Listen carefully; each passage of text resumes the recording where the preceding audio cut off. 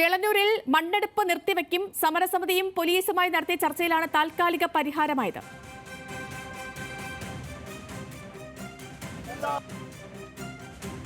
ആ കോടതി പറഞ്ഞിട്ടുണ്ട് ഇവിടെ നിലവിൽ തട്ടുതട്ടായി തിരിക്കാനും പില്ലറുകൾ ഉണ്ടാക്കാനും ബെഞ്ചുകൾ ഉണ്ടാക്കാനും ഒക്കെ പറഞ്ഞിട്ടുണ്ട്.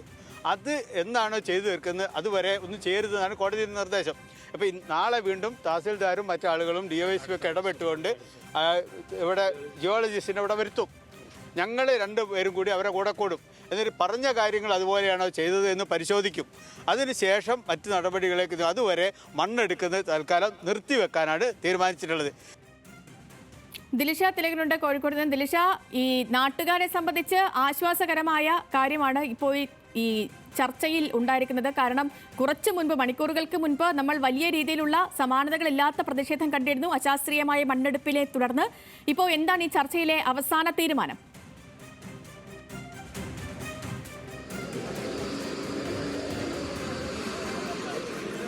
സേതു, മണ്ണെടുപ്പ് നിർത്തിവെക്കുന്നത് താൽക്കാലികമായിട്ടുള്ള ഒരു പരിഹാരം മാത്രമാണ്. സമരസമിതി നേതാക്കൾ ഈ പോലീസുമായി നടത്തിയ ചർച്ചയിൽ ഒരു താൽക്കാലിക പരിഹാരമായിരിക്കുകയാണ്.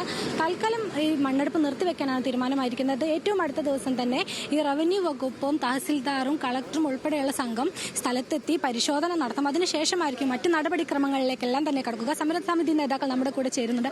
ചർച്ചയിൽ ഒരു താൽക്കാലിക പരിഹാരം ചർച്ചയിൽ ഇന്ന് ഇവിടെ എടുക്കുന്ന ഈ ഖനനം നിർത്തിവെക്കുകയും ഇവിടുത്തെ സമരസമിതിയുടെ 2 പ്രതിനിധികളും അതോടൊപ്പം തന്നെ ജിയോളജി വകുപ്പ് ഉദ്യോഗസ്ഥരും ഇവിടുത്തെ പോലീസ് ഉദ്യോഗസ്ഥന്മാരടക്കമുള്ള ഒരു സംഘം ഈ പ്രദേശം സന്ദർശിക്കുകയും നിലവിൽ 5 മാനദണ്ഡങ്ങൾ പറഞ്ഞിട്ടുണ്ടായിരുന്നു. ആ മാനദണ്ഡങ്ങൾ പാലിച്ചുകൊണ്ടാണോ ഇവിടെ മണ്ണ് വീണ്ടും എടുക്കുന്നത് അല്ലെങ്കിൽ ഖനനം നടത്തിയത് എന്നുള്ളതിനെ പറ്റിയിട്ടുള്ള പരിശോധന നടത്തിയിട്ട് മാത്രം ഇവിടെ മണ്ണെടുക്കുന്നതിന് പ്രതിസന്ധികളില്ല, പ്രയാസമില്ല, ഇവിടുത്തെ ഈ പ്രകൃതിക്ക് പ്രതിസന്ധികൾ ഉണ്ടാവില്ല എന്ന് 100% ഉറപ്പുണ്ടെങ്കിൽ മാത്രമേ ഇനി ഖനനം ഇവിടെ തുടരാൻ സാധിക്കൂ എന്നുള്ള രൂപത്തിലാണ് ഇന്നത്തെ ബഹുമാന്യനായിട്ടുള്ള DYSPയുടെയും അതുപോലെ CAയുടെയും മറ്റ് ജനപ്രതിനിധികൾ, നമ്മുടെ പഞ്ചായത്ത് പ്രസിഡന്റ് അടക്കമുള്ള ജനപ്രതിനിധികളുടെ സാന്നിധ്യത്തിൽ നടന്ന ചർച്ചയിലുണ്ടായിട്ടുള്ള തീരുമാനം.